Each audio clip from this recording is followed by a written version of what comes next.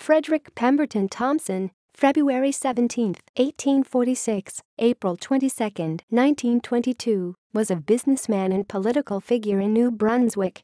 He represented York County in the Legislative Assembly of New Brunswick from 1878 to 1885 as a Liberal member.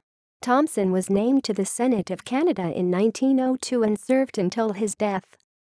He was born in Douglas, New Brunswick, the son of Alexander Thompson, and was educated there and at Mount Allison Academy in Sackville. In 1876, he married Eliza Snowball.